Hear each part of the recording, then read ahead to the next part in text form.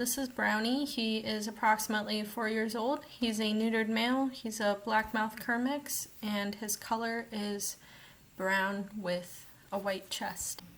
So for the first week of training, we started with classical conditioning, which is when we paired the clicker with treats to make the clicker become a conditioned stimulus.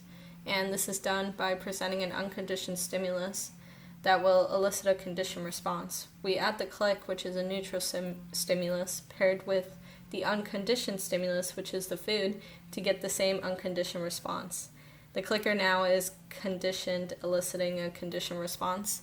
And as you can see in the video, this is done by me clicking and then giving him a treat, clicking and then giving him a treat, until eventually he made that association that clicks mean treats.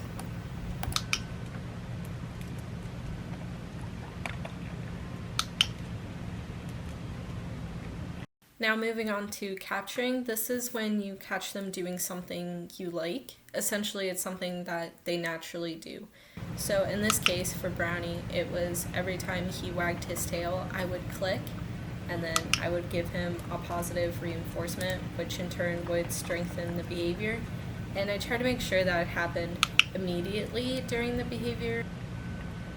Moving on to targeting, this is when you give an animal something to touch with a body part. In this case, I held out my hand and had Brownie sniff my hand. We had a little bit of problems with this in the beginning, and I had to use a lure, which was the food, to kind of get him to sniff my hand, but eventually he became used to it and we removed the lure and he was able to do it without it. So after targeting, we moved on to cueing a behavior. And a cue is a verbal or physical sign that tells an animal to perform some action. So in this case, for Brownie, I had him perform a chin rest. So I kind of had to shape the behavior at first by having the food just in my palm and then slowly moving it away to get him to extend his chin onto my palm. And eventually he got the hang of it, so then I decided to add the cue, which is signified by me tapping my palm, and then he would place his chin in my palm. Next, we moved on to the purpose of changing reinforcement from food to another reinforcer. And with Brownie, we decided to change the reinforcer from food to giving him pets and appraisals whenever he sat, as demonstrated in the video. And this is just to ensure the animal has adequately learned the behavior and they're not relying on the treats as much, because this can lead to habituation, which is when an animal just becomes used to the food it's being presented and it's just performing for the food, solely for the food, not for actually learning the behavior. And that's something I noticed Brownie did have a hard time on, is when we switched to that phrasal reinforcer, he began to not sit as well as he would if I did have the food reinforcer. Along with changing the reinforcer, we also worked on generalization, and that is when a pet repeats the same behavior regardless of the environment. So I had Brownie sit on my left side, sit in front of me, and sit on my right side, both indoors and outdoors. Outdoors, again, was a little more trickier, and I believe that's just because there's so much stimulus from the environment around him. And at this point, he just became bored because he wasn't receiving food as a reinforcement. Good boy. So finally, Brownie and I eliminated leash pulling by using extinction and operant counter conditioning.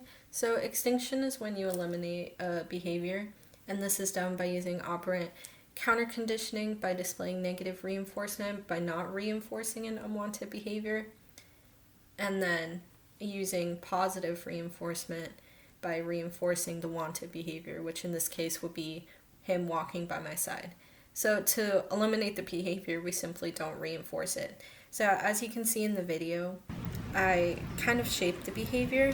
I had Brownie walk by my side, and every time he did throughout, I would wait probably like 5 seconds or take like 3 steps or 4 steps, and then click and give him a treat to let him know that he was doing the right thing by not pulling.